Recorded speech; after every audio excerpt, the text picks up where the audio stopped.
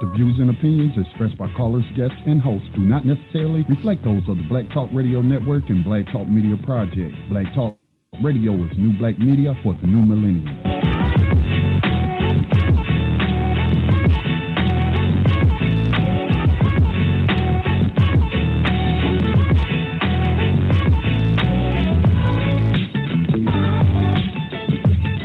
Hey, good evening and welcome to this rare live broadcast of Black Talk Radio News with Scotty Reed. I am he, of course, and it's just, hard to have a regular schedule when you manage one of the largest independent black media platforms on the planet. So y'all, I hope to try later to do more live broadcasting, but of course always putting out podcasts, and you can check those out at blacktalkradionetwork.com or whatever your favorite podcast platform is on. We're probably on there, right? So check us out, look us up, Black Talk Radio Network. So today's date is May 12th, 2021.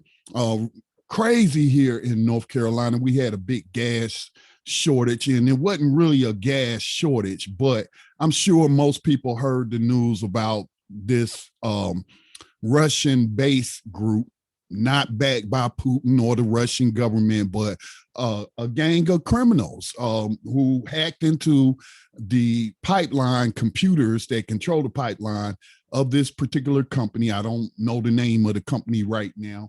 And so they, you've heard of ransomware. I think the city of Charlotte, North Carolina, matter of fact, they had their seized, by these people who lock up their computers and threaten to leak information or publish, information and whatnot unless they pay a ransom.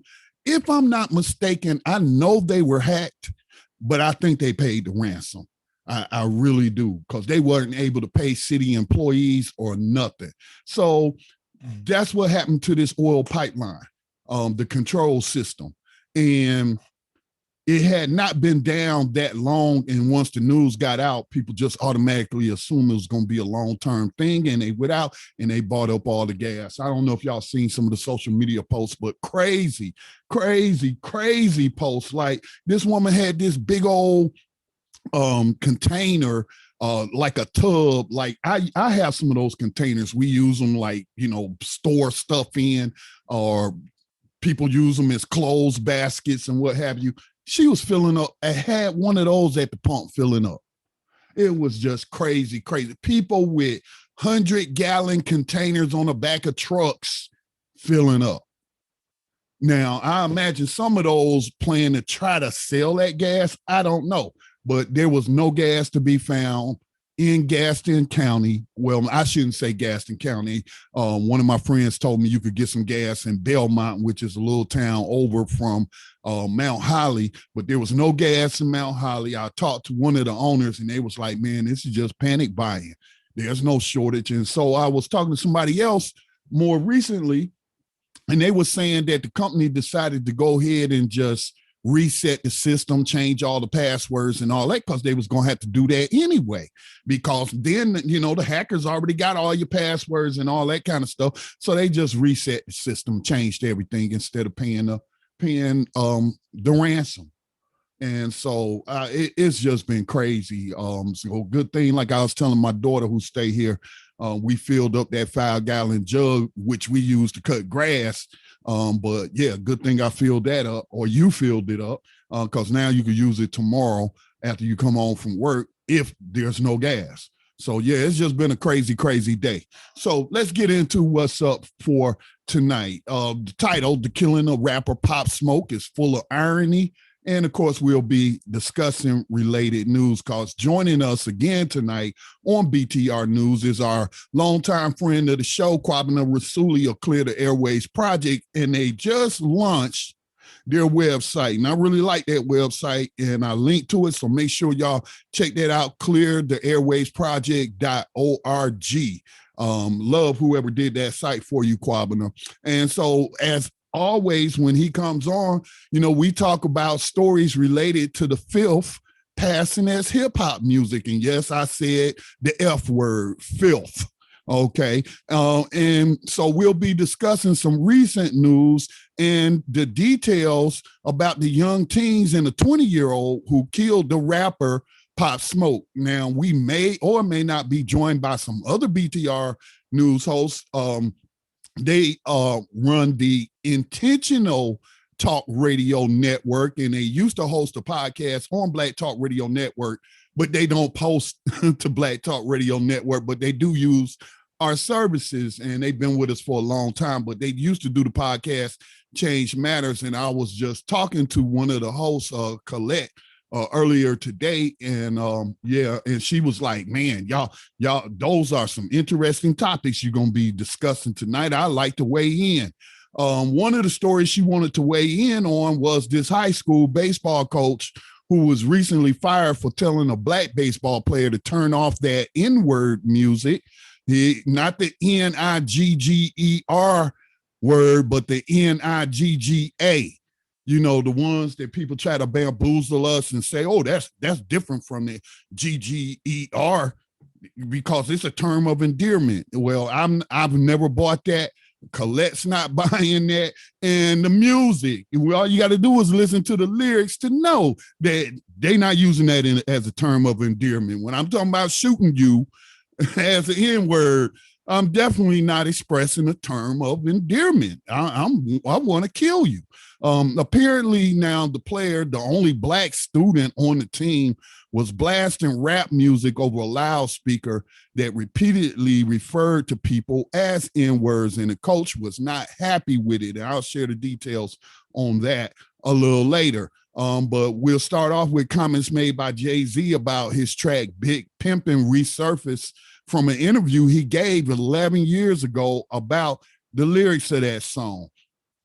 So we won't spend a lot of time on that, but I think it is worth mentioning because it's been 11 years since he said that, Jay-Z that is, but what has he produced since? All right, so we'll get into the details a little later, but just to give you a hint, he back then 11 years ago said he was horrified, and I may be paraphrasing, but he was horrified by those lyrics. Those were just obscene lyrics, and I can't believe I can't believe I said that, and kept saying it. So yeah, y'all may have saw that story. Now here's one that caught my eye. Singer Mirah Carey, she made the news by reportedly joking on Twitter by threatening to sick lawyers on an artist who sampled one of her songs she did, Shake It Off, and rapped about killing people. Now, according to TMZ, which, you know, I don't really like TMZ, but a news source is a news source, but I don't even like the way they wrote it up in the article, and we'll discuss some of those issues. But hip hop is really based on R&B. All the music, you know, especially older music, and I'm sure they probably sample in newer music, like came out in the 80s, 90s, 2000s, 2010s, or what have you. But the foundation of hip hop is R&B or soul music. And, you know, artists like Run DMC, one of, you know, the old heads in the hip hop game, they will even sample rock music. I think it was Aerosmith, you know, they had sample, and then even, you know, did a little video with the Aerosmith and what have you, Walk This Way. But mostly it's been R&B and different genres of what we call soul music. Like you got funk, you got Parliament Funkadelic. I know George Clinton will sample a lot. Then you had like James Brown, his type of music. I guess that'll be considered R&B. That was sample a lot. You've even had disco sample, you know. So I was talking to Kwabena the other day, and I was like, man, wouldn't it be something if these artists came out and said that their music's being sampled, and if they don't like, you know, the content in the context of how that music, what, you know, the new creation that they supposedly creating, and if it's talking about negative stuff, what if they said, you know what, I don't want that royalty check. I don't care how popping the beat is. No, you can't sample my song. So, you know, I'm open. I want to hear people's thoughts on that. What do y'all think about that? or are they just selling out for the money? A high school, again, I told you about the high school baseball coach. And then last but not least, I want to spend more time on the details that emerged concerning the home invasion and murder of murder music artist Pop Smoke. Apparently, Mr. Smoke was robbed by teens, with the oldest being 20 years old and the youngest being 15. And reportedly, the 15-year-old admitted to pulling the trigger. In the way it was described, like, Pop Smoke first tried to fight him, then started screaming and running and got shot in the back, and then he fell on the ground. They started kicking him and stuff. And because in this article, his mama is commenting on that aspect of it. But I tell you, her comments are kind of puzzling. Now, I understand she's grief. She's grieving right now. Her son was killed and murdered brutally, and then even kicked while he was down and what have you. But her comments were very puzzling. She seems to be blinded by the grief or cognitive dissonance, or maybe she didn't listen to his music. But I think it's worth us getting into. All right. So let me go ahead and check my board and see if we got Brother Kwabena on. The call-in number, I want to hear from everybody. If you got an opinion on any of these stories, make it quick because we try to keep the show fast moving. But 626-213-5779 is the call-in number, 626-213-5779. Now, since I haven't done live like I used to know I could see a zip code, and zip code, area code, and I could tell you where the caller was from. But I think this may be Brother Kwabena. Let's check. Brother Kwabena, do we have you on the line? I hope so, brother. I've been listening to you. Okay. Me? Can you hear me? Yeah, if you can speak up a little louder. Do you have us on speaker? Yeah, I got you on speaker. Can you hear me back there? Scotty? Yes, I hear you. Okay, right on, brother. Hey, you're right. Like the sister said, these are some good topics tonight, man. Good topics. So, and I agree with you and her. I don't the A and the ER don't make no difference. That's like saying sucker, a sucker, a player. Right. Just a variation of the same word. Yeah, so, the homie Tupac, never ignorant, getting goals accomplished. No, that was a good try to clean it up, man. But it took his life. Living a sort of lifestyle that promotes okays, dropping M-bombs, dropping the most detestable, dangerous, disgusting, most evil word in the history of English or any other language. And that's what the white dude said.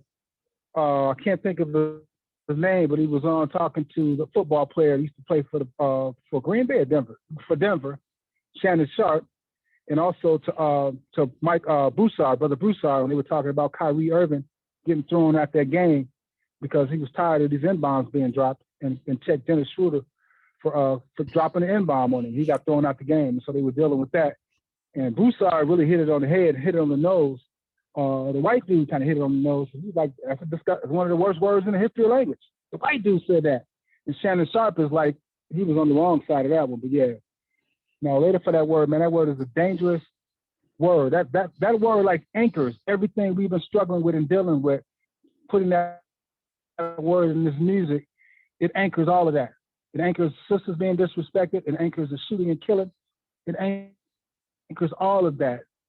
Words have power. Our ancestors in ancient Kemet said that.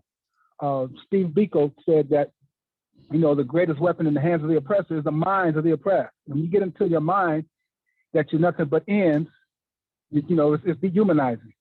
So, I'm glad, and that's interesting, like you said. I guess I'm starting the story off, but my neighbor, white dude, called a sister. Well, let's not jump ahead though. Let's not jump ahead because I laid out an order. Okay. but listen okay. though, man. Sorry about that, Scotty. Go ahead, man. That's okay. That's okay. But again, tell people who may not have heard you on this program. I'm sure the regular listeners know who you are, Kwabena, but tell people who you are, about the organization Clear the Airwaves Project, and where they can find it real quick. I'm just an African living in the Midwest, part of this United States, and just who loves music since I was coming up, and just who was appalled, like so many of us are, at the content of this so-called music that is being force-fed to the masses of our people. It's not something we want. It's something they're forcing on us, and it is dangerous, demeaning. And so our organization, our group is called the Clear the Airwaves Project. And so we were founded, we've been struggling with this issue, but we were founded, this project was founded like 2013, I believe it was, maybe 14. But after the killing of Hydea Pimpin in Chicago, 15-year-old sister at Martin Luther King High School student, by the way. And didn't she have something with the Obamas or something? Didn't she go to the inauguration or something? She's part of the choir that sang at his second inauguration. Mm-hmm. And we had been struggling with these radio stations and the poison they push out. But after that, we hooked up with some brothers and sisters at GCI. We were going to 92.3, and we hooked up with some brothers and sisters at GCI a few days later. And we started meeting and said, we're going to officially call this the Clear the Airwaves Project. And so check out information on us on Facebook. And I heard you mention earlier, we now have a website. Shout out Sister Layla, putting that website together for us. And it's cleartheairwavesproject.org. Word. .org. Word. Make sure y'all check it out and support the initiatives that he and the organization, along with other organizations, have been putting forward. He mentioned Sister Layla. What's her website again? The Metropolis? The Metropolis newspaper.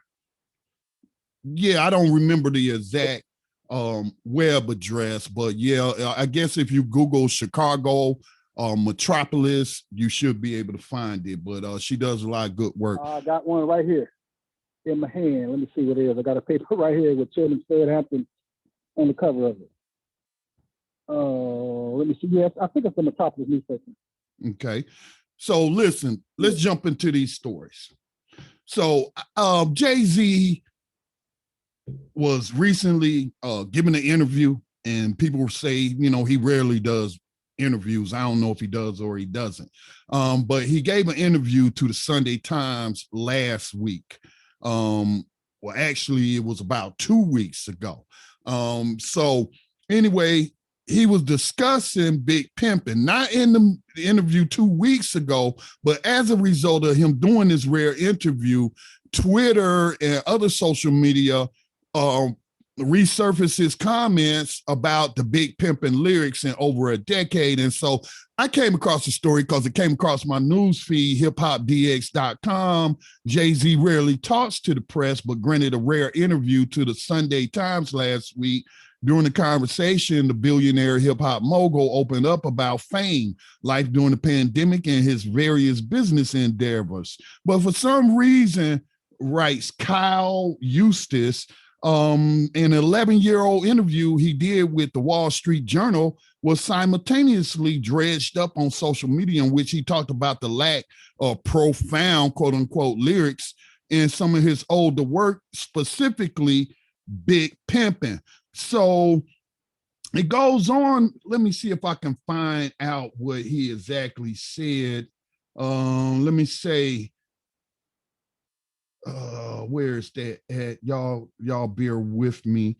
He never said, because somebody tweeted that he said he regretted making Big Pimpin', but I guess that's open to interpretation. But he did trash the lyrics and say, I couldn't believe that's me. Now, one of the lyrics says, "It's Big Pimpin', baby. It's Big Pimpin', spending G's. Feel me? Hov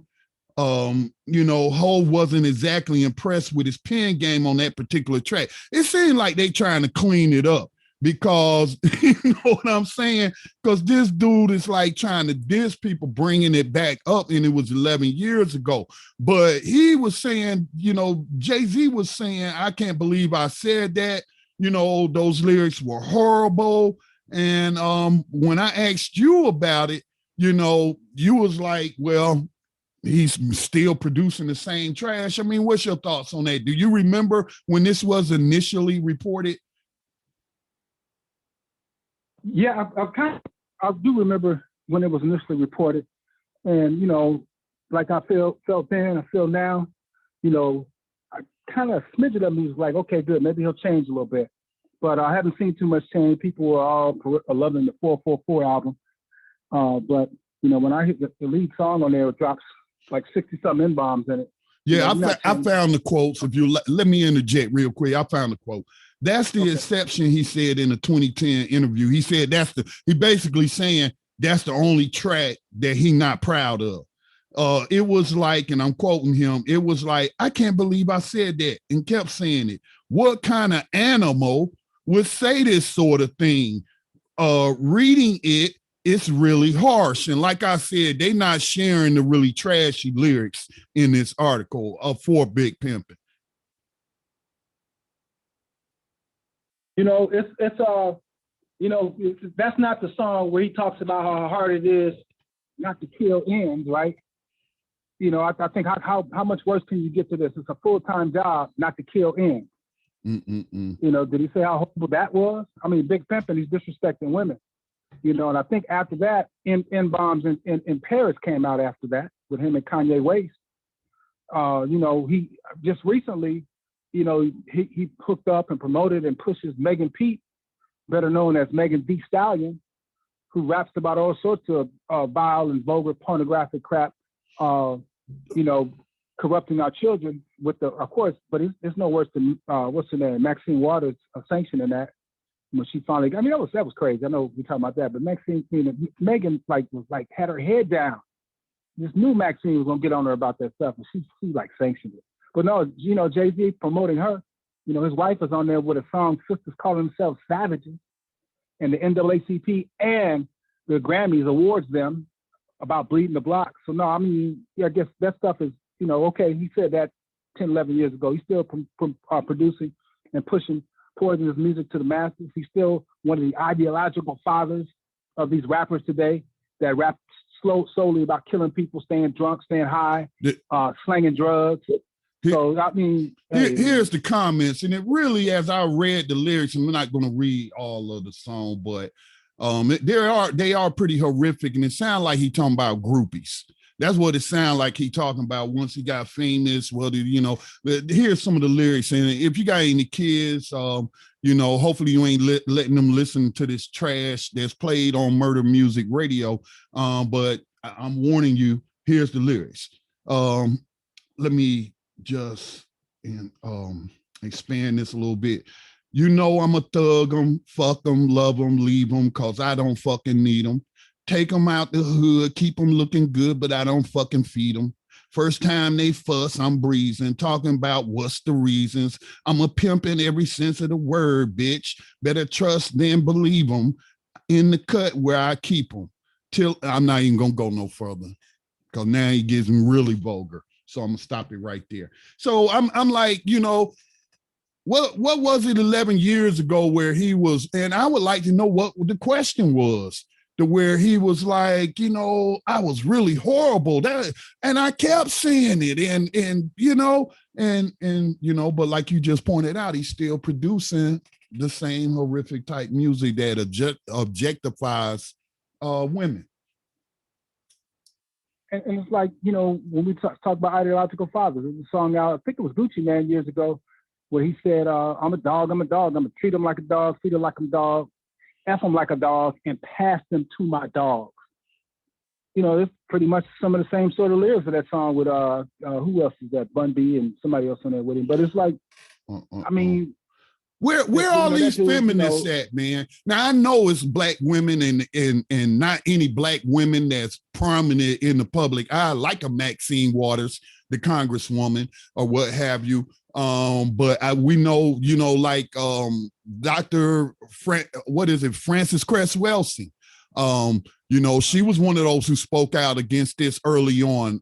Sister Dolores Tucker, right? Spoke against the Women's Black Congress, spoke out against this stuff years ago. But where the feminists at, man? It's always popping up, the Me Too movement and all that, this, that, and the other, where they go to take down these people or confront these people. Where the Gloria R. Reds that's always, getting hired when a woman's being sexually harassed or, on that liberal feminism tip. You would think they would be outraged, but I bet you this is in a playlist. That's a good question. And Scott, I'm glad you brought that up. But we got Sister Terry, who's worked with us with Clear Airways Project for years and years. She struggled with us on that. Sister Leila, and again in the newspaper doing that work. We got Sister Marcia and her sister. They did the nword multi-layered power structure. People should check that out. It's on YouTube, the nword multi-layered power structure. They struggle with that. We have some people who do deal with that. But like you said, I can't think of the sister's name, but one of the founders of the Me Too movement. I remember hearing her big up Nikki Garbage, and people I know and respect to a certain extent. Other ones like, I'm gonna say her name, who's real strong in this issue of this misogyny in the music. Rosa, giving it up for Cardi B Gone. Tamika Mallory, and I hope it's not in her book. I guess her book is out now because I saw she was on the Breakfast Club recently. But she, during the Grammys, mind you, we were hoping that she would get on the Grammys and get on them for nominating this ratchet, violent music about killing people. When you talk about this cognitive dissonance, her baby's father was murdered. But she's on there and then she's talking about the book she's writing, and she has Angela Davis in the forward to her book, and she announces that also Cardi B is help writing a forward to your book. Cardi B, really? Tamika? So, I mentioned some sisters who are not as well known, but who are still putting in that work, who are still outraged and fed up with this crap. But then I mentioned the ones who are out there and who are known, who are like, okay, giving it a pass because it's a Black woman that's pushing this poison on the masses of our children. And it's wrong. And even Maxine was complaining because it's okay, the Black men did it, and so now the Black sisters are doing it. No, it's not empowering. It was wrong when the Black men were doing it, and it's wrong when the sisters are doing it. And it ain't like the sisters just started doing it either. Come on now. They've been part of it from the beginning. You can't have old, I don't even want to call it old school because people take it the wrong way and think I'm talking about music I'm not talking about, but you can't divorce women sexuality and them playing a role in this subculture is what I call it. People try to say it's the culture. No, it's a subculture. Look up what culture means. But yeah, and I want to make one more point on that, because when we would present on this earlier, and the people would always get it right.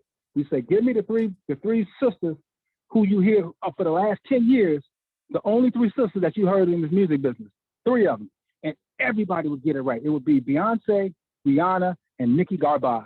Just those three. Everybody, I think I may have had one person out of all the people I asked who didn't get the three right, because it's all they were playing. The only three sisters that were getting pushed and put up from the industry for years and years. And then here we go. Then Lil' Kim. Lil' Kim. Well, no, this is like after Lil' Kim played out. So we talking about like 2000 and that just underlines my point that they always been in it with the fellas. You know what I'm saying? She was part of Junior Mafia.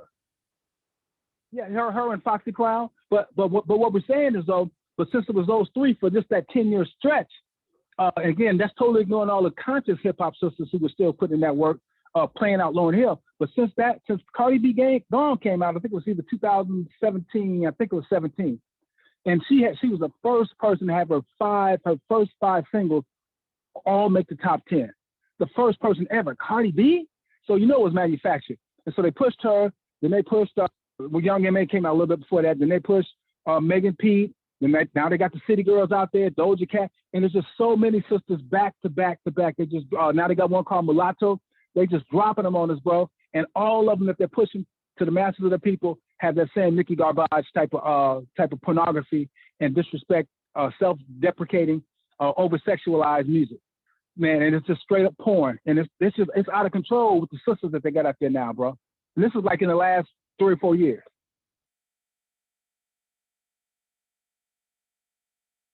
Last 3 or 4 years, Scotty. I'm still with you.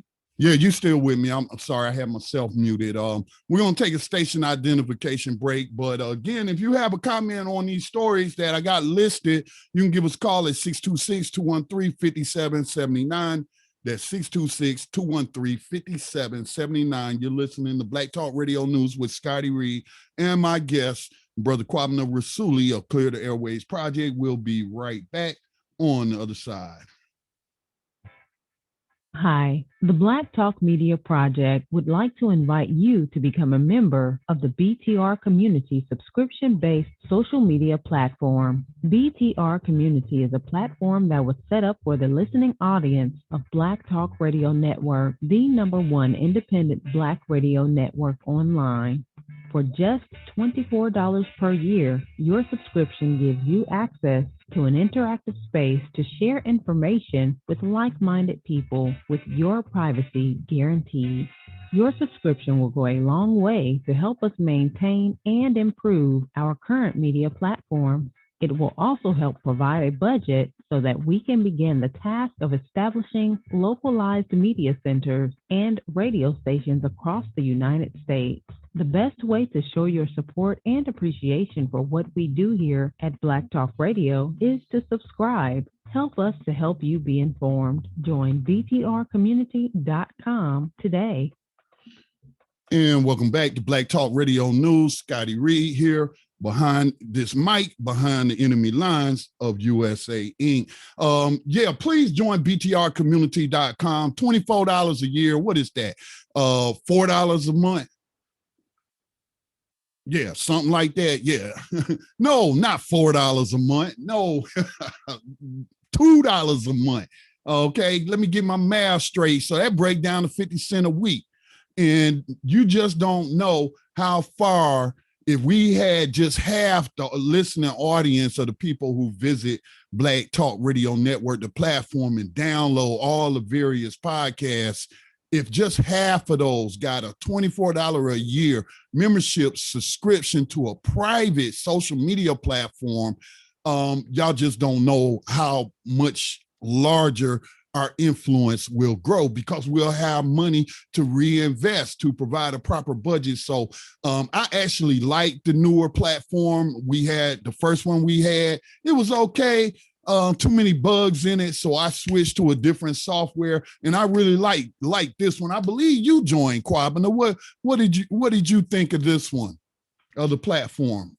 Oh, I love it. It's cool, bro. I mean, I can pull through it pretty easy and get stuff out of it, and get a lot from it, man. I definitely joined, and I encourage everybody else, man. And that's a great price, man, to help support Black media, bro. And you give a lot of good information. You share a lot of good information on a lot of different subjects. And I heard you mention how you were helping the brothers out, or the sister that may call in a little later. Hopefully she will call in. Hey, man, and I didn't want to forget this one sister, too. We were talking about the women who are dealing with this issue. Mm-hmm. And that's Dr. Ife Williams. And she is like the third president of the National Congress of Black Women, following its founder, Shirley Chisholm, the Honorable Shirley Chisholm, and then, of course, C. Dolores Tucker that you mentioned earlier. So now Dr. Ife Williams is seriously in the struggle with us to deal with this music, this mindless music on the masses. As a matter of fact, she had Brother Bernard on her show today, Bernard Creamer, talking about his book, Who Stole the Soul, or the Weaponization of Hip Hop. Yeah, that's right. Bernard did tell me that, because I invited him to join us tonight, but he had those prior engagements. So we'll catch up with Bernard on the flip side. And again, I interviewed him earlier this year, so it is in my archive. So let's move to this next story, TMZ.com. Again, I'm not a big fan of TMZ or anything like that, but information is information. I take what I can use and lay the rest to the side. But Mirah Carey, they report, didn't seem too amused by a small-time artist sampling her smash hit for his own remix, telling him to get ready for a legal battle. But it looks like she's just joshing. Now, on reflection, I don't know if she's joshing or not. I don't know. I ain't see no laughing emoji that she posted afterwards or what she could have been, but people close to her seemed to think she was just joking with the little rapper.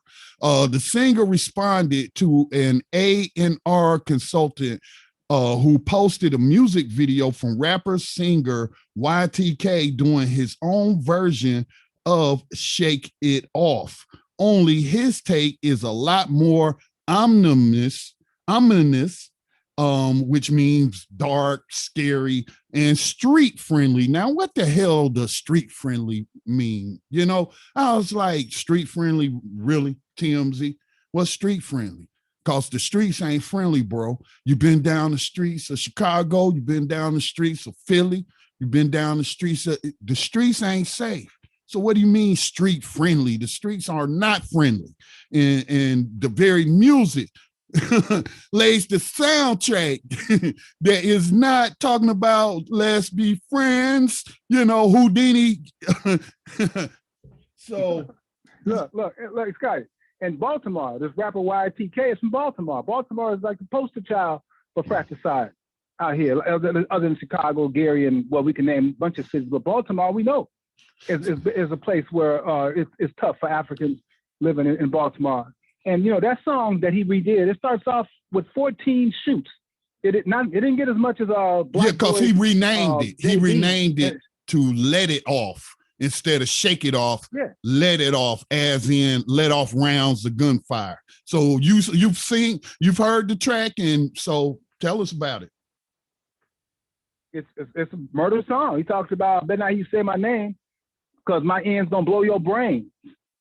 You know, and it's a song about you dropping in bombs up in there. It's all crazy, and it's just blow your brain for the F of it, babe. You know, and that could be. It's just ridiculous, dude.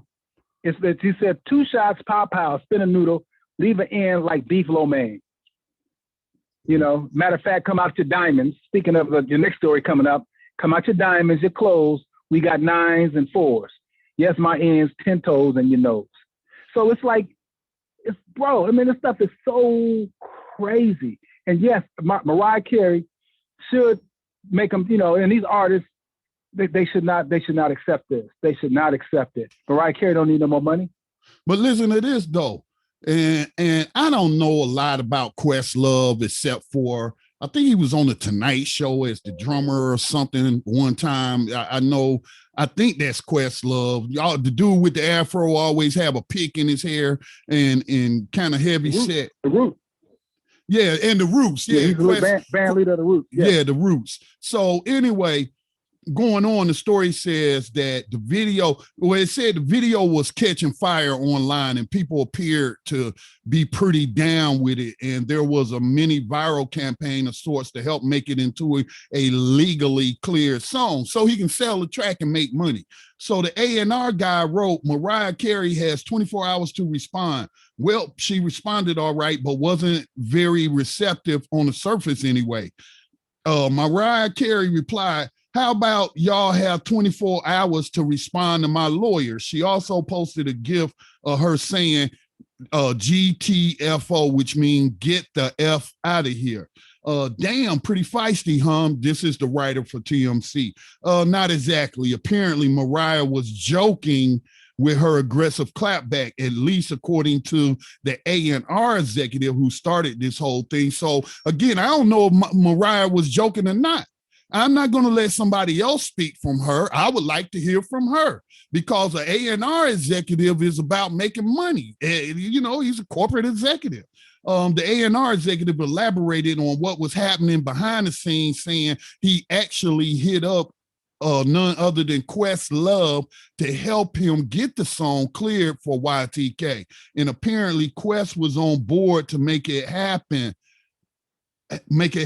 Also, it sounds like Mariah's cool with them using the song, but the holdup at this point might be Sony, which appears to hold the rights.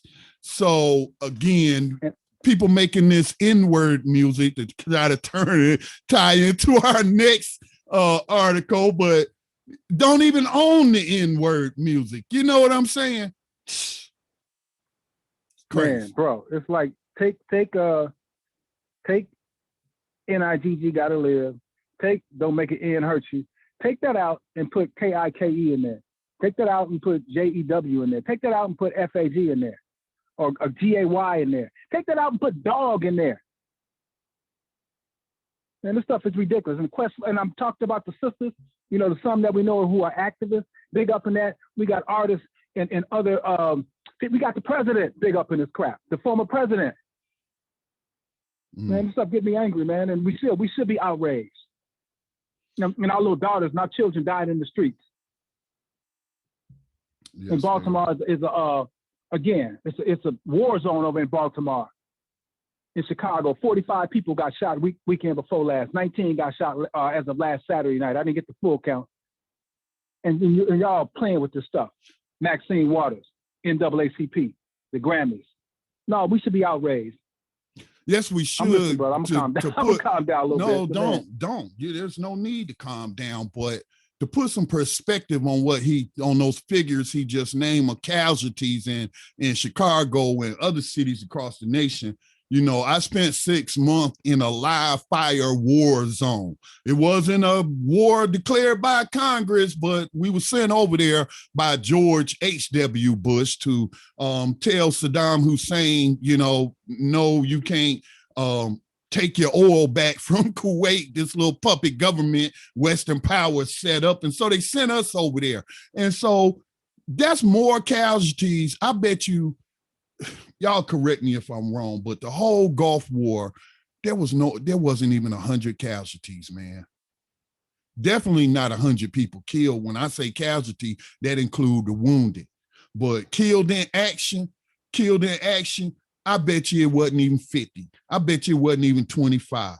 But this is every freaking day in America, every day, not just Black people, but we care about Black people. Well, I care about all people, but this is a Black specific or targeted program. We are members of the Black community, and that's why you get outraged. You cannot see all this death and destruction and all these people celebrating it and getting paid off the celebration of this death and destruction and not get mad. Something wrong with you if you don't get mad.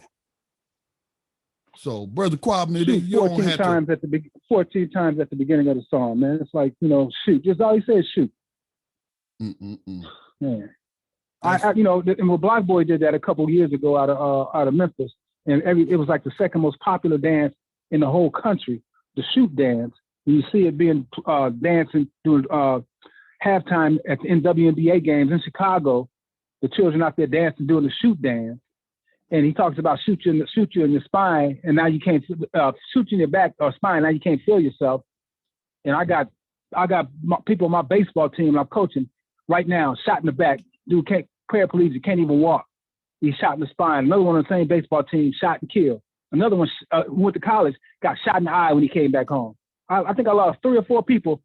2 of them, and I think 4 of them got shot on that team. And these were like 12 to 14-year-olds. About 10 years ago now, look what happened to them. And you making songs and dancing off that. But I tell you, man, I don't know what it is, Kwabena, but like we were just talking about, man, that little song that he did talking about, what is it again? The original title was Shake It Off, and he want to call it, what is it? Pop It Off or whatever. Let it off. Yeah, let it off. Talking about shooting people.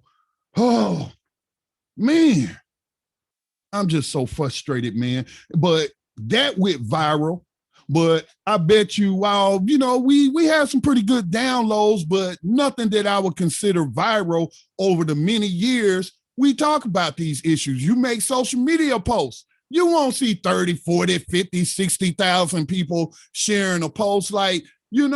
But Bernard Creamer made a social media post that I shared the other day. He was saying, and I'm paraphrasing what he said. He basically was saying that the weak is not weak. It doesn't make you weak to walk away from conflict with other brothers in the street or wherever, because, it ain't always in the street. Sometimes it's in the household, but it's not weak to walk away from those conflicts. It's weak to get into petty beefs with people you really don't even know and then get killed, or you kill that person, then you going to prison, and now you depriving your children, especially if you have children, depriving your children of guidance as they grow up. So that won't get shared 100,000 times. But somebody just playing some, sampling some music from Shake It Off and talking about Let It Off and just shooting, you know, that's what you hear is sound effects of gunshots. I don't know, maybe they recorded real gunshots. I don't know. But anyway, and that's viral, that goes viral, and you talking about killing people. Man, what's wrong with some people, Kwabena? Why does this not register in their brains, the incorrectness of it all? It's the programming, brother. I mean, like, and plus when you see respected organizations like the NAACP rewarding songs like Life is Good with nomination songs where the rapper No Feature talks about putting somebody in the newspaper because he didn't murk them and getting t-shirts made with their images on them. And then now you're going to pay somebody drug money to go shoot up the hearse, go shoot up the funeral. So it's, I mean, and this is, NAACP is recognizing this. When you have the Grammys nominating a song about shooting ends. I mean, we just talked about the song by your homeboy out there in North Carolina. The song Rockstar is strictly about shooting Black people, running up on them, shooting them. His daughter being a G, because by the age of 2, she saw him kill an end. He talking about the baby. For Grammys. Yeah, the baby. Huh?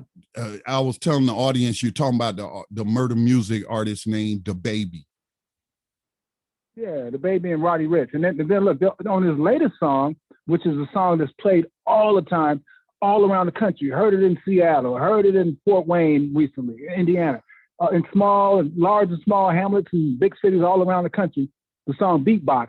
And on the remix, The Baby's at the beginning of that one, bragging about bringing a .40 caliber to the Grammys at the start of his verse, bragging about at the end of his verse, the 8 Grammy nominations that he received. Bragging about the Grammys. In the middle of his verse, he's talking about how the girl, she'll do whatever I say. I'm gonna piss in a cup and call it lemonade. Wow. And you told me the other day that track is actually played on the radio.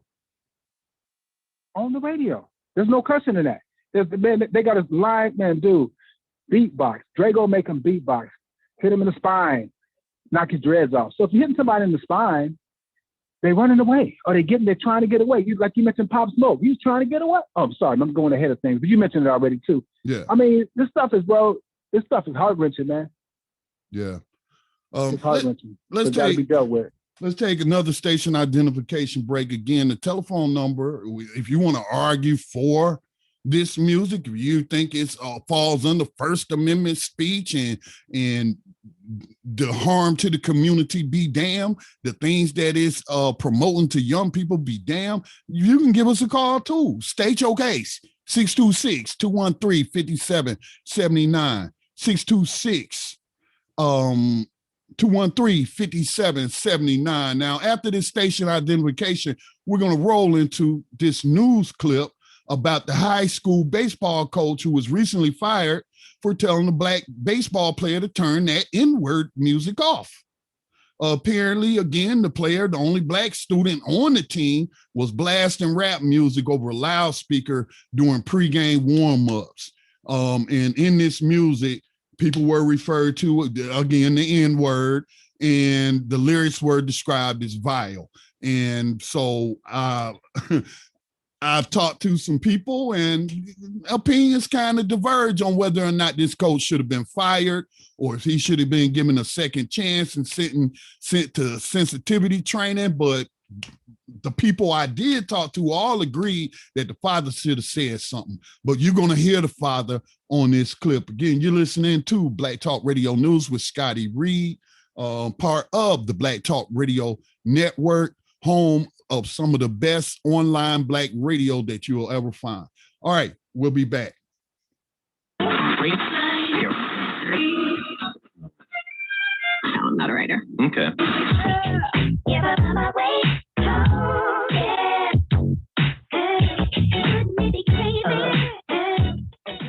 Black Talk Radio, since 2008, providing new black media for the masses.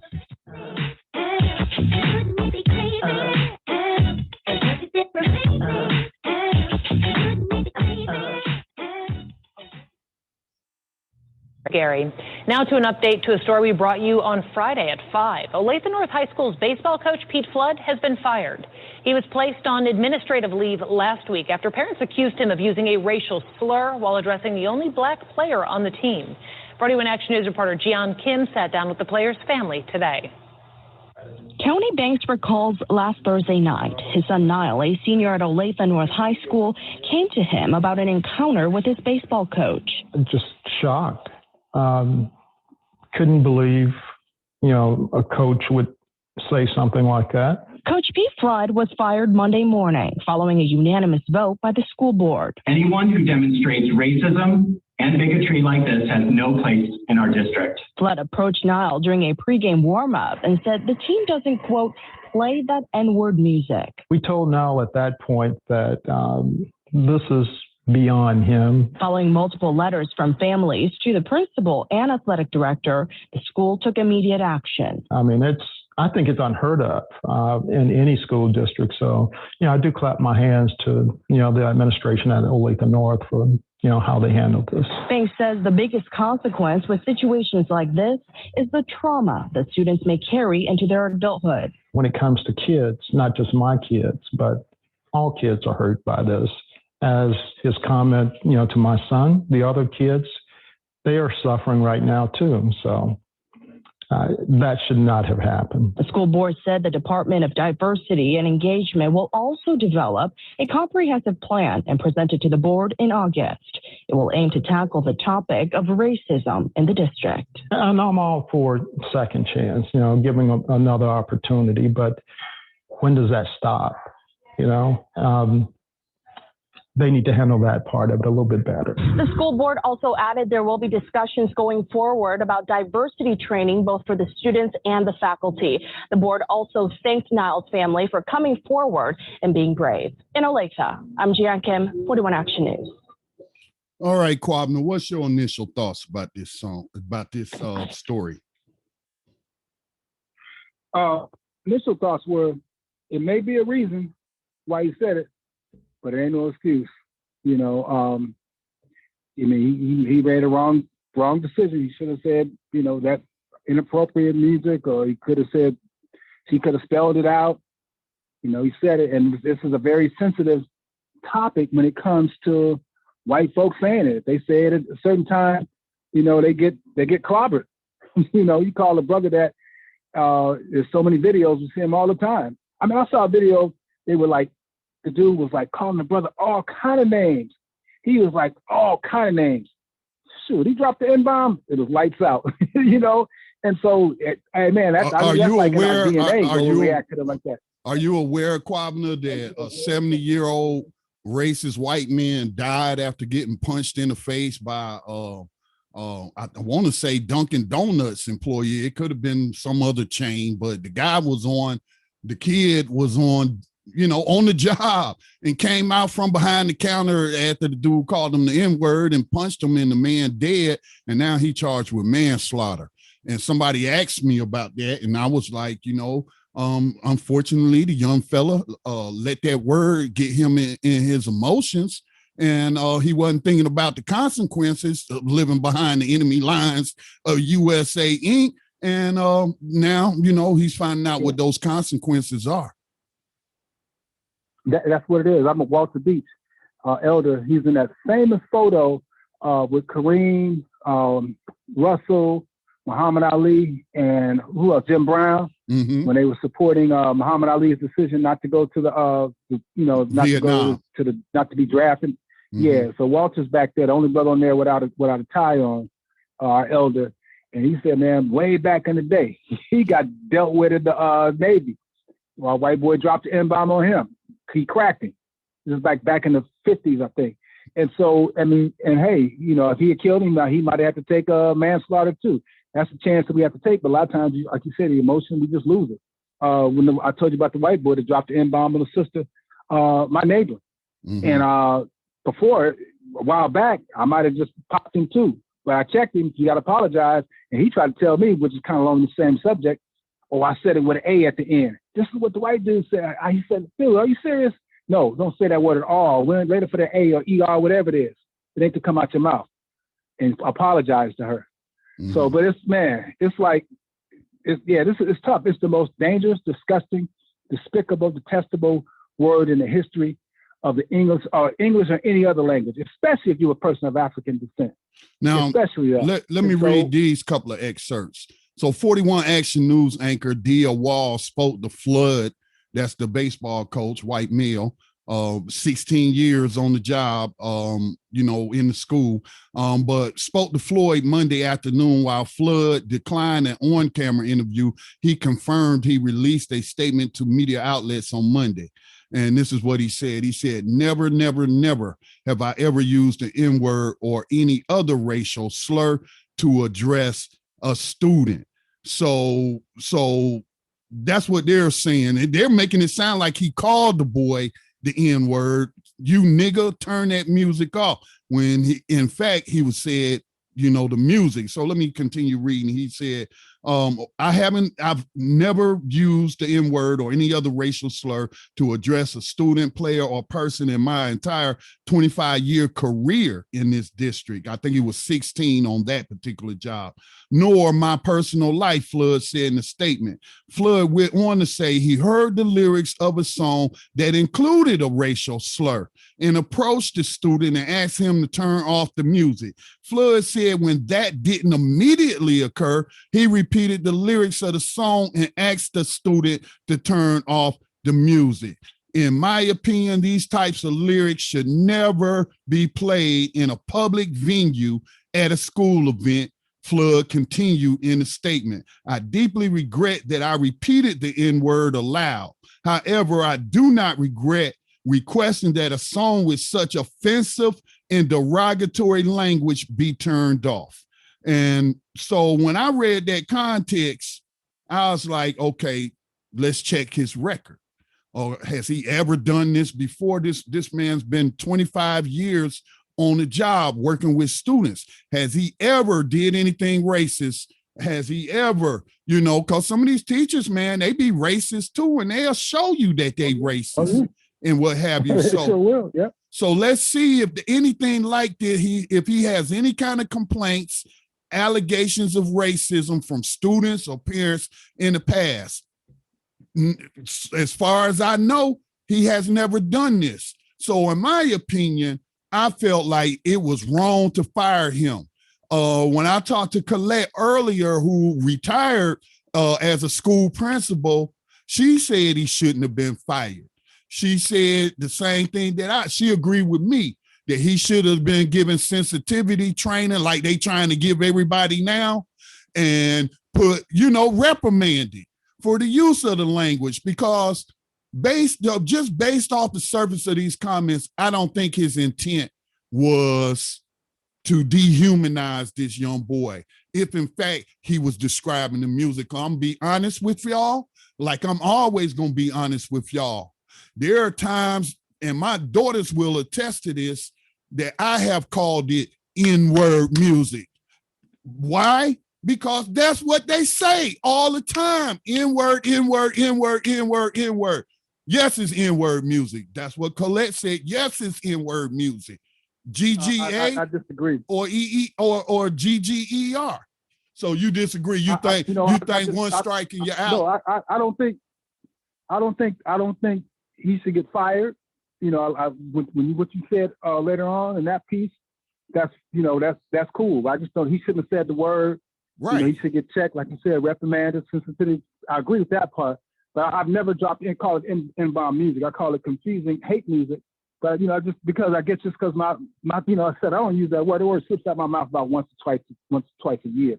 But that's the same thing that happened across the street from me. The sister who told me about the white boy dropping the N-bomb on her, is the first. It was an issue with the music being played loud at night, and that's what he told. He said you playing that music. He dropped the N-bomb on the music, and that's how their struggle escalated at this time.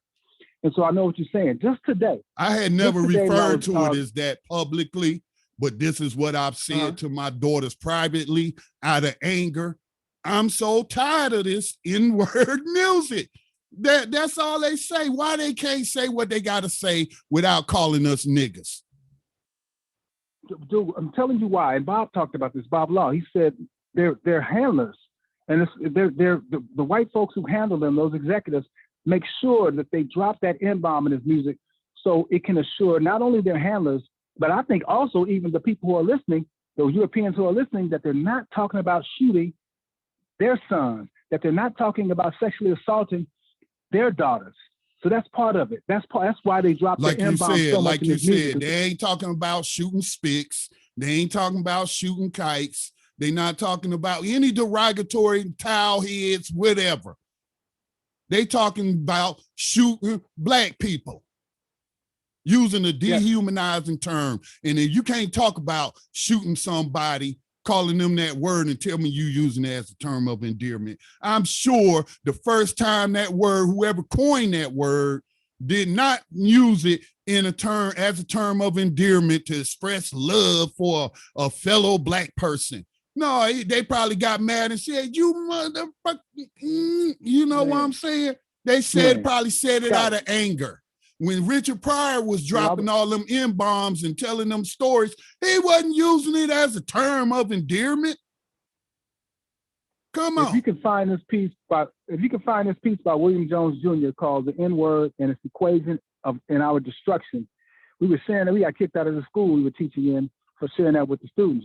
Got into a nice little conversation with the students at Emerson School, which is now vacant, dilapidated school in Gary.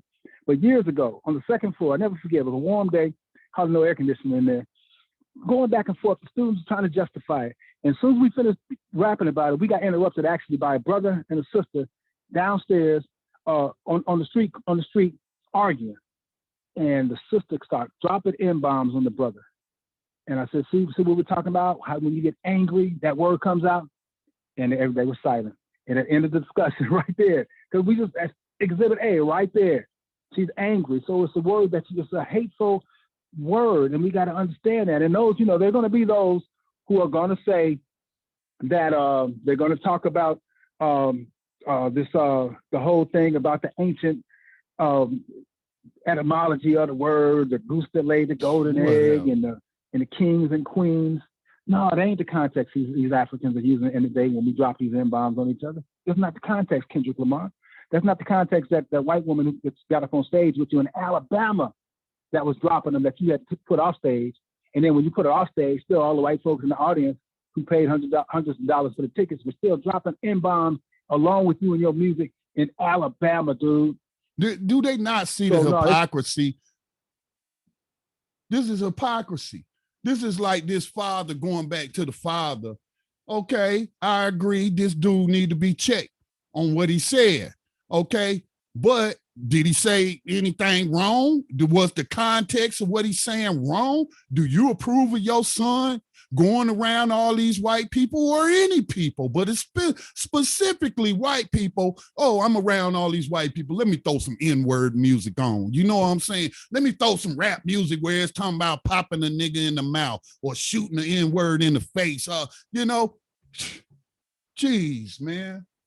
Where's that's hypocrisy. Man, this story is important, bro. I'm at a basketball game out here several times. I officiate basketball. I'm like, look, people didn't come here for this music, y'all. Stop playing this violent, vulgar music in here with these children in here. And then one day they was playing this pornographic crap while the girls were playing, and they wouldn't turn it off. So I went and pulled the plug. I did it twice. And had to do it at an elementary school game. They playing Cardi B at an elementary school game, dude. Elementary? Wow. The coach wanted to fight. Because I turned the music off. I said, well, y'all find yourself another referee. I pulled the music out and left. I'm not doing this. Not around our children. No. Had to do it twice. The adults get mad when we did it at the high school game, but the high school girls, they understood. They were like, yeah, I said, you know why you did that? But the adults get mad. Turn it off. It's inappropriate. Sound like ignorance to me. What it sound like to me, cognitive dissonance. It's confusion, bro. So, but I mean, when I read his comments though, afterwards, and he's saying he should have never said it. Okay, so at least we in agreement there. But bro, this is what we've been saying for years. In my opinion, these type of lyrics should never be played in a public venue at a school event. I deeply regret that I repeated the N-word aloud. However, I do not regret requesting that a song with such offensive and derogatory language be turned off. He gets it in the context of the music, the daddy don't. You want to talk about daddy, you want to talk about children being traumatized? Go see them children that got all that PTSD from gun violence, from the very thing that's being celebrated in this music. You want to talk about trauma. Kwabena, any final thoughts on this, man?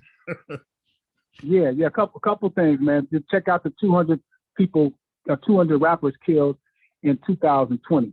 200 rappers who died. A few of them for natural causes. You mentioned Houdini, ecstasy pass, of course.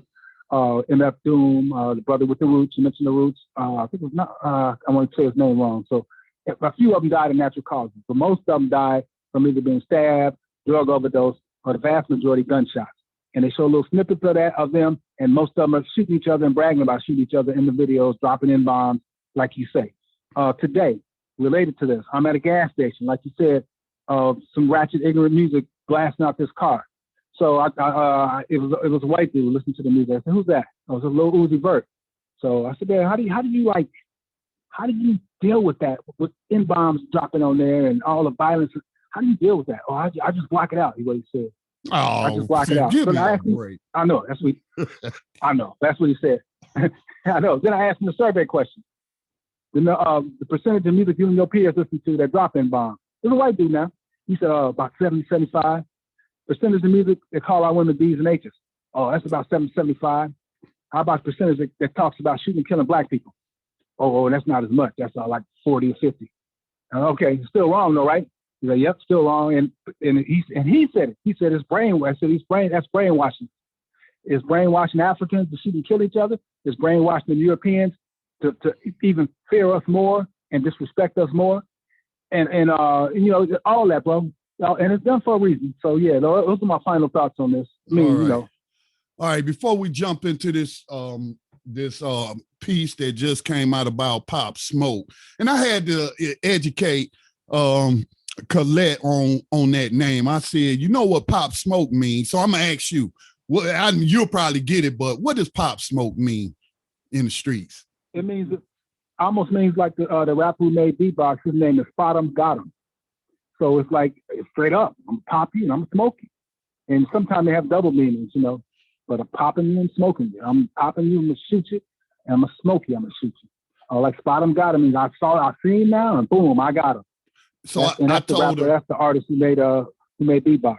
I told her, I said, think of a gun going pop. And what does the gun do after it goes pop? A little smoke come from it, right?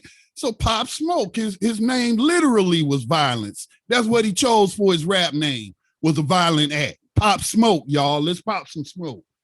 That means shoot up the hood, or as Megan and them say, bleed the block. So we're going to take this station identification. We come back, we're going to jump into some of these details of this tragic, but not unpredictable story. You're listening to Black Talk Radio News with Scotty Reed, part of the Black Talk Radio Network, which is supported by the North Carolina-based nonprofit Black Talk Media Project. You can make a tax-deductible, and I stress tax-deductible, donation today, and every little bit helps. So we'll be back on the other side of this quick station ID.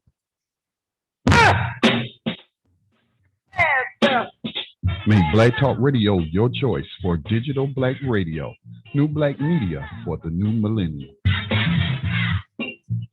All right, we're back. All right, so let me get into this story that comes from hypebeast.com. Hypebeast.com, another dehumanizing term, beast. 15-year-old suspect reportedly admitted to shooting Pop Smoke during home invasion. Just so many tragic points we could touch upon in this article.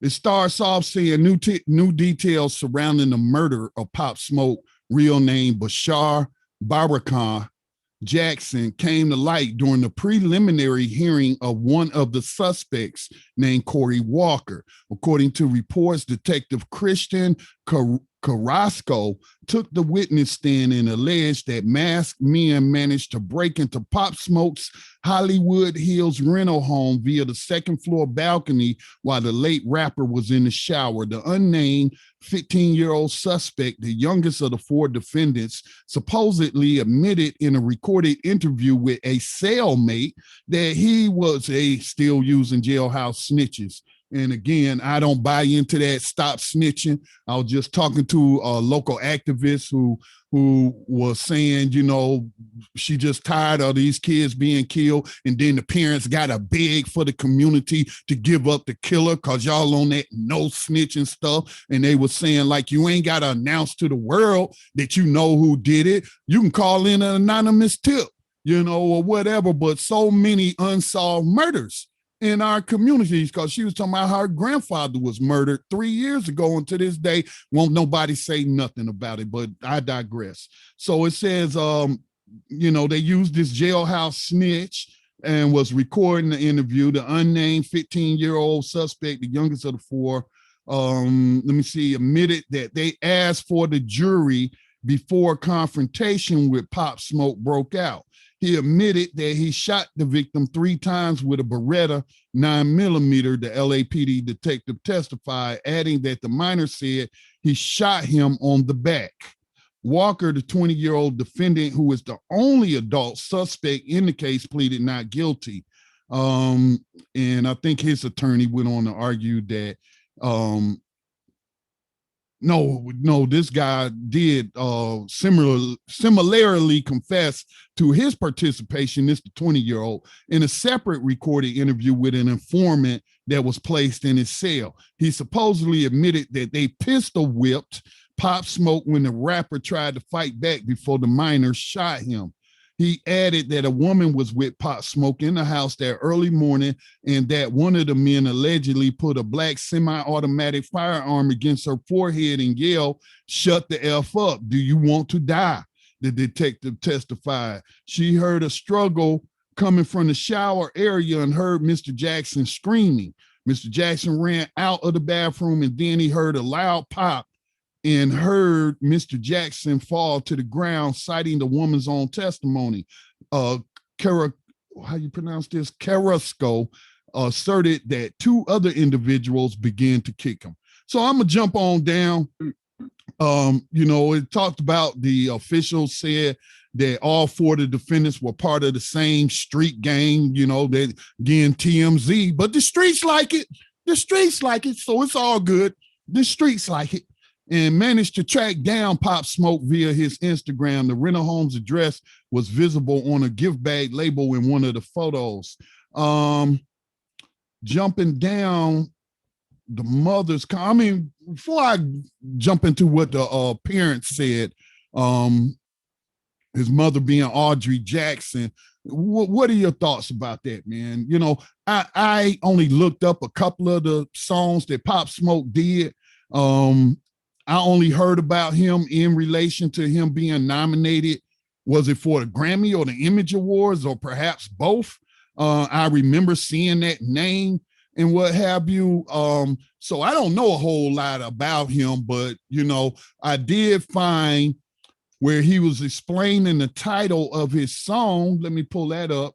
It was on Genius Lyrics, where some of these artists answer questions about the lyrics. So Pop Smoke was asked the question, what does the title mean, Welcome to the Party? Pop Smoke says, welcome to the party is just me, like you do what I do. Like you shot a nigga, welcome to the party. Oh, you get bitches, welcome to the party. That's just what it means. Your thoughts on this tragic story? You know, it is tragic because just think about how he died during a robbery, you know, and what they're saying with the jailhouse snitch, you know, who take it for what it may be and what the guy told him. It's just sad, man. I mean, you're running, you know, you get not only you shot, you get kicked. It reminds me of the knuckleheads who shut up this barbershop in Chicago, and they had this surveillance camera. Children got shot in that barbershop. Surveillance camera showed them outside laughing about it after the shots were played. his song, the one they played constantly. Every time I would turn the radio on the monitor, Dior was on. And this was after he passed. So, and yes, he was nominated for a Grammy. But he says, I'm never lacking, always pistol packing. With them automatics, we're going to send them to heaven. She let it clap for an end. She let it clap for an end. She throw it back for an end. And yeah, she threw it back for an end. And it's a Amari, Billie Jean, Christian Dior. I'm up in the stores when it rains, it pours. It's the materialism we talk about. It's, it's just sad, bro. And like I said, and like some other sisters said, they were on WVON the other day. Perry Small was talking about this issue the other morning. Someone called me and said, hey, let me know that it was on. So we checked it out. Somebody sent me a message. And so checking it out, and one of the sisters called in before I can get in and start talking about how when these rappers die, they play them so much. They don't have to pay them. They just as much. I'm sure the mom's getting something, family's getting something, but they just play them so much. They start releasing unreleased music, going to the quote unquote vault, and let me just find what I can so I can continue making money off this person. Yeah, and then they'll get like 50 Cent. I guess he's from Brooklyn or whatever, so he's on the song with him now that they play a lot. There's another song that. Hey, Kwabena. And when that happens, especially if they die from gun violence, I ain't never heard of the label donating some of the proceeds, or whoever owned the rights donating some of the proceeds to some kind of stop the violence campaign or effort. They ain't giving it to 100 black men of Chicago, or they ain't giving it to Clear the Airwaves project. No, and then, he was a so-called woo, they're saying. Woo has been battling with the Chews. We on our own, the woo versus the Chews and gang stuff, and she liked the way that I woo, and that's in the song. They said the mama was, I guess you'll see it, you'll talk about it later, but, she's representing that too, and probably don't know what she's representing. It's pathetic, bro. Gang is in all these songs, and, it's calculated, and it has to be stopped. Let's read her comments. Pop Smoke's mother, Audrey Jackson, shared that a lot of the testimonies were new to her. Meanwhile, his father, Greg Jackson, let out an audible gasp when he learned that the stolen item, a diamond-studded Rolex, was worth only a little over $2,000. I didn't know any of this. It's all new. I just knew my boy was gone, Audrey said. Now it really feels like he's not coming back. No, he's not. She added, I don't know what I thought being here would do. I thought something would happen that would help me feel differently. But to hear they kicked him when he was down, now this is where the comments get confusing to me. It's so disrespectful and dishonorable. There was no honor in this. And the irony is that though, wait a minute, let me back up. And the irony in this is that those same kids are the kids he said he made music for. There need to be, before I get into her final comments, the cognitive dissonance. I don't know if she ever listened to her son's music. Apparently, according to her, he told her, I'm making this music for the young people. Brother Kwabena just told you what he talks about, killing people in his, killing people, getting bitches and all that kind of stuff in his music. Do she think that's appropriate music for young people? Huh?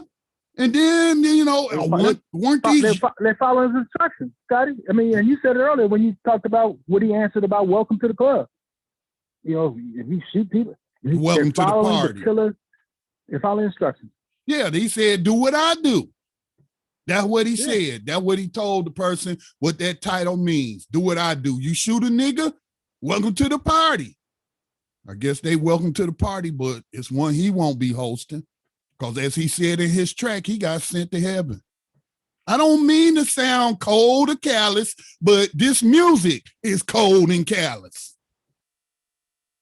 So, Kwabena, is she grieving or is she just disconnected from the reality of what that music represents and what it's doing to the youth? She's I think it's a little both, brother. But we had a forum. I think you may have been on there with us with CMOTAP, which is the Committee to Eliminate Media Offensive to African People, at the end of March. And one of the participants talked about, Pop Smoke's parents, how they were like upstanding and they were raising their son. And then, you get this. And so this is how pervasive this stuff is, because it ain't just Pop Smoke. And I just mentioned earlier about the 200 other rappers who died, minus the ones who died of natural causes.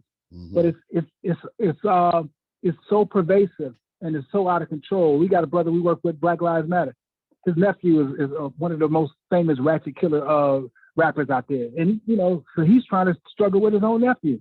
And I look at the lyrics to his new song that came out last December. He's talking about, again, going up in people's houses and shooting their whole family in this new song that debuted at #1, the album.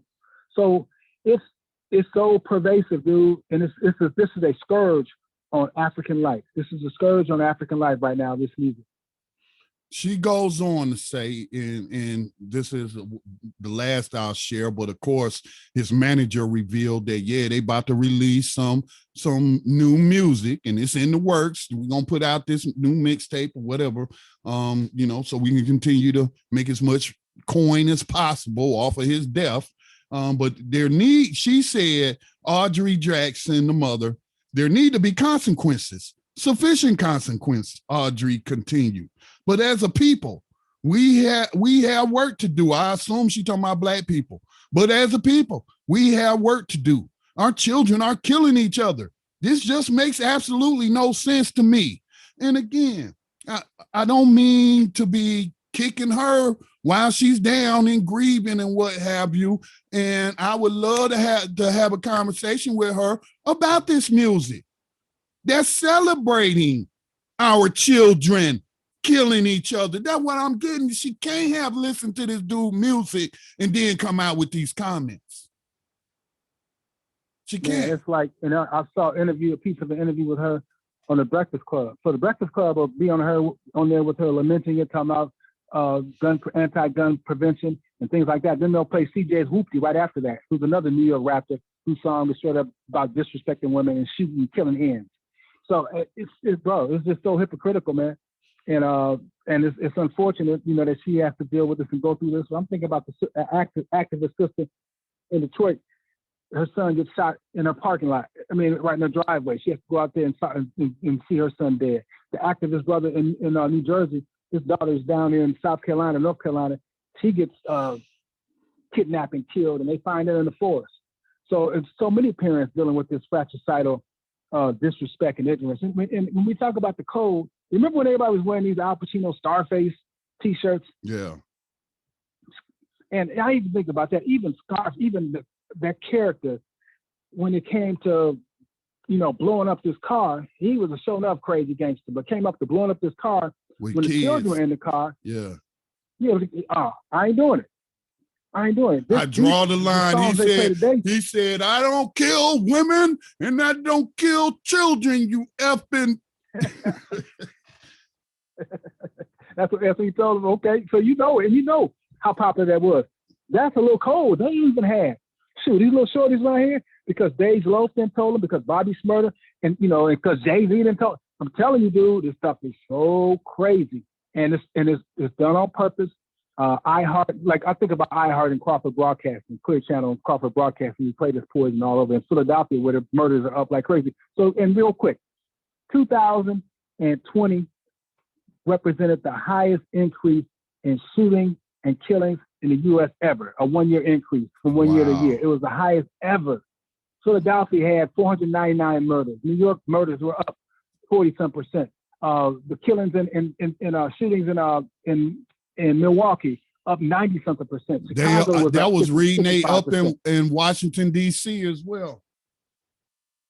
Yes, and so this year so far, like Chicago, I mentioned earlier, Chicago, this time last year it was 600-something shots. This year it's 800-something shots. And last year broke the record. New York is up again this year. And so this stuff is out of control, but yet iHeart and iHeart, Crawford, those are two stations in particular that we targeted with our Clear the Airwaves complaint to the FCC about this violent and pornographic music. And iHeart and Crawford, these stations are under investigation. It's like, Scotty, say you and I, we know we're under, say you and I are robbing a bunch of banks. And we know we're being watched for robbing these banks. One of the investigations, they're looking at you and I for robbing banks. And yet you and I still out there robbing banks. Right. I'm gonna chill out for a while, you know what I'm saying? Till the heat is off. Gotta lay low. Yeah. They still out there playing this violent, pornographic music. Exactly. We told the city of New York. So the city of New York, their city council has a resolution pending since 2019 condemning these ratchet killer radio stations for pushing this poison on the masses of their people. And we let them know. So had y'all heard this resolution and passed it by then and sanctioned them stations out there in the biggest city in the country, maybe we would not have had a song called Throat Babies as the #1 song in the country in February. A song called Throat Babies. But no, they pussyfooting around. That's not a bad word to say. I don't think you use it like that. But they messing around with this. The FCC, the Federal Communications, is messing around with this. It's these like Colette was saying. Me and Colette was talking today, and we were talking about the vaccine, because she said she's gonna go ahead and get it. She vaccine hesitant, but she's gonna go ahead and get it. And I was telling her, you know, my mom's vaccine hesitant too, but she almost died. But then I was like, you know, people talk about conspiracies. I was like, the real conspiracy is to withhold the vaccine from all of these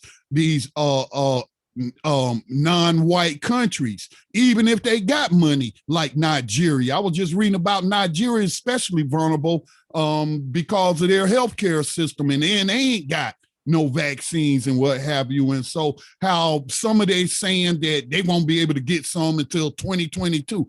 I said that they probably doing that on purpose to to depopulate the world, if you want to talk about depopulation conspiracy theories. And then I said, and then she said, you right. And then they ain't even got to do nothing. They ain't got to pull the trigger themselves, because we'll pull the trigger for them. And I was like, yeah, the conspiracy to poison our youth minds with this murder music and got them out here like little automatons out here shooting and killing each other. That's a conspiracy. Man. And it sounds like to me that iHeart and Crawford Broadcasting ain't sweating the little FCC investigation because maybe they got some palms greased. Maybe they got some people in their pocket.